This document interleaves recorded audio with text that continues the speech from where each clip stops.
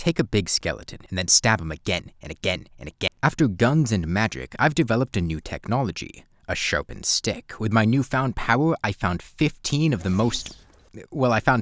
other players and led them to fight the moon, because I never liked the way that smug bastard looked at me. To cut off the whole dramatic thing, I have 16 players, myself included, and we have 15 hours to beat Terraria on Master Mode using only melee weapons. Good news, I spawn with a melee weapon, I don't know, I'm talking about you. But who wants copper short swords when you can bludgeon a slime to death with a 2x4? Melee weapons are abundant in the early game, unlike some classes, who I'm going to avoid not naming because I want to humiliate them even more. Mage still sucks. Fun survival tip: small pools of stagnant water are wonderful. They typically indicate that a floating island generated above them because there's small bits of overflow from the water up there getting cut off during world gen. This island is made of thin ice. This house is made of hellstone brick.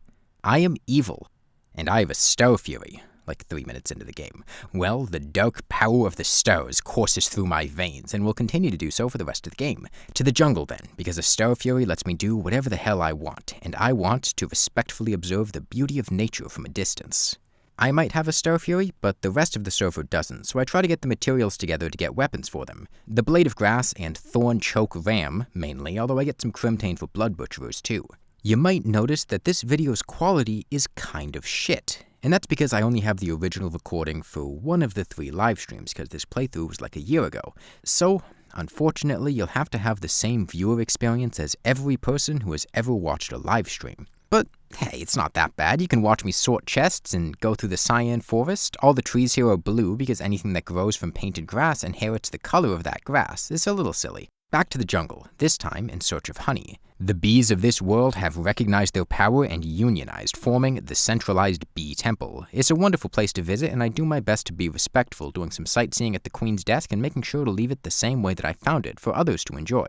But all is not well. 720 goblins have come, but their team composition is flawed. They're using a tank, archer, mage, and a thief. It's a terrible setup. The best team comp is just giving everyone swords to beat the shit out of them. I hear a whisper from beyond. The shimmer has been found, and in 3 to 5 business days, you too can be the proud owner of a pool of shimmer. This one here is doused in lava because I am evil. And the other players have started the very, very slow process of draining it.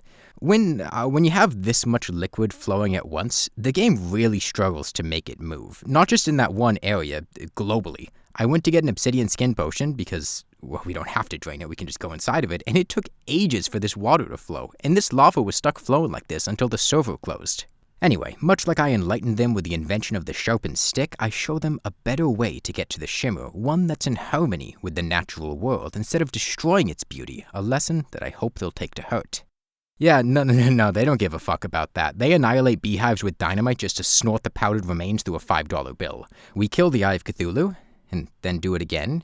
It's not really that interesting. There's actually a reason that this playthrough went a year without making a video on it. Most melee boss fights are kinda boring. You get a bunch of guys together, give them sharpened sticks, and they fall into effective attack formations 9 times out of 10. The 10th time is when an AI chatbot has commandeered a meat puppet, creating a visually perfect facsimile, but one that lacks the soul of a true human. The Brain of Cthulhu should be a little more interesting because we actually don't have great piercing options. We're just smacking it with swords. Does that change anything? No, but we're food for thought. Thought is no match for food though, and food turns thought into a pickaxe. That means hellstone, molten armor, flamerangs, volcanoes. We got some good upgrades here. As soon as the water makes its way down here, some other people have been going to the centralized bee temple recently, and because they've been pulling at Torchwood Children of Earth, Queen Bee gets a little pissed off. I wanted to keep her distracted here, but she's making her way back to spawn. I don't really want to fight her there, it's just going to waste a bunch of time, so I command all my men to kill themselves. The killing is subject to delays due to inclement bees. It's not easy to kill 16 players at once, especially when they have a lot of defense, and if one person is alive, Queen Bee won't despawn. We keep looping deaths only for one player to respawn. I get a bucket of lava and we finally all die, only for Queen Bee to latch onto somebody who isn't even here after I told everyone. You know what? Fuck nature. Fuck bees. I hope you all burn in hell just so I get to kill you again. You'll notice that I'm skipping over these fights pretty quickly. It's just because they're not interesting. Swing sword at guy. Guy dies. You think, oh, Skeletron, big skull, big hand, big damage, hard melee? No, you died faster than any of the other class playthroughs. Hellstone melee weapons are very good, and now people start rushing the dungeon for a Muramasa. Since we have 16 players, I'm trying to get everyone to share their items. What happens a lot of the times in games like this is that certain players, usually more skilled ones, will rush out and get good gear, keep it for themselves, and then use that to get more of the good gear and keep it for themselves. And when a world only has so much gear to get, that leads to it getting hoarded. So I'm telling people to stick to an archetype. If you're playing a tank, you don't need to get strong weapons or mobility stuff. Don't grab all the best defensive and offensive gear. I'm going to be playing a tank, and I keep on trucking with my Star Fury and Volcano for quite a while to make sure other people can get good weapons. The underworld is made of thin ice, because I am evil. Time to face the wall of we're fucked. If you've watched me do multiplayer stuff before, I'll usually say things about how the wall of flesh has hungries that become knockback immune, and because of that, you can't get close to him. In all those other playthroughs, we had projectiles that could attack him from a distance. We don't have that here. I'm the heavy hitter with a Star Fury, and I'm the only person with one. We're getting annihilated here, and there's really not much we can do to improve. We can't realistically fish up a bunch of Star Furies. People could use more max HP, but that's not going to help that much. We locked ourselves out of the romance path when we destroyed the centralized bee temple, a whole large world, and we don't even get past 25% HP. And the last 25% is the most difficult part of the fight. So, yeah, we need to cheat. Oh no, you're violating the integrity of the challenge. How could you have half the server leave to summon the boss with reduced HP? Like that, it was pretty easy. Still takes a pretty big chunk of the world to kill it, and I make a very bold decision after that. Normally, I spend a couple hours mining at the beginning of hard mode. This time, I'm going to farm for souls instead, mostly to get flesh knuckles, but also to get souls for Dowers of Pow. It's not the easiest thing to do, but I happen to be quite dexterous and handy with a sword. The Volcano has this slightly annoying feature that a lot of melee weapons have, which is that they change the direction they're swinging in to be the one that you're moving in. That makes it tough when you're trying to knock enemies back that are walking towards you, because you start walking back, then you swing in the wrong direction. But I get a special delivery of overwhelming power, the Overchalcum Sword. A lot of people like to say that hard mode or swords are bad, but this thing is pretty damn good. More importantly, it doesn't randomly change the direction you're swinging in. I spend a long time down here grinding souls.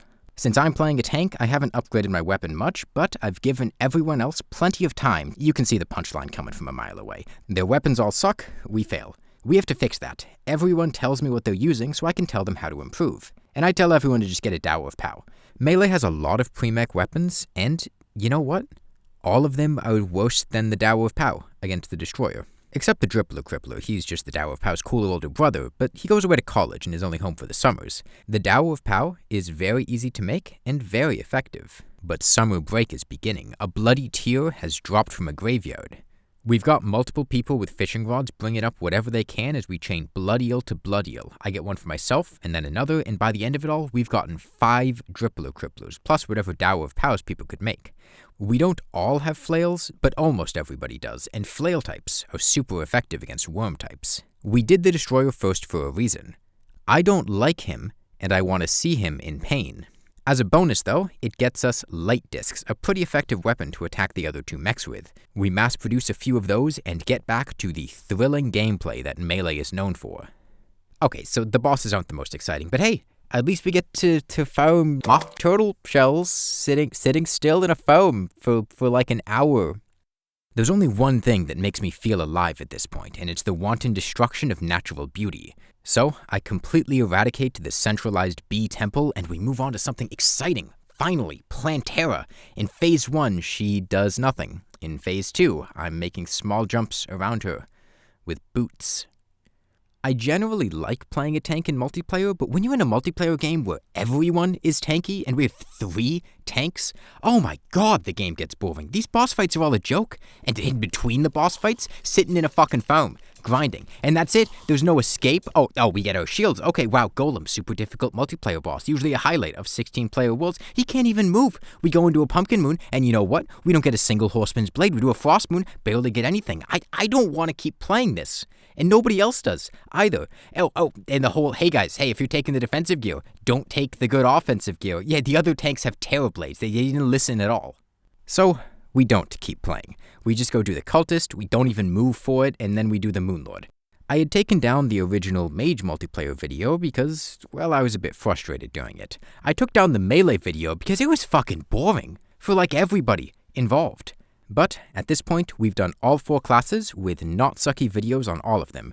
Summoner was great, it's challenging, it's silly, and we only cheated when I got sick of sleeping in a bed for a blood moon. The Mage World was like watching a train crash in slow motion while getting a root canal in a movie theater playing cats. We had to cheat with killing a low HP Fishron, and while it was miserable, at least it made for a mildly entertaining story afterwards. The Ranger World had no trouble whatsoever and just stomped everything. The Melee World was just insufferably boring. I mean, I know I keep saying it, but really, it was. I would rather do any of the other class playthroughs again, even Mage. And maybe one day I'll be up to doing more multiplayer. Maybe one day.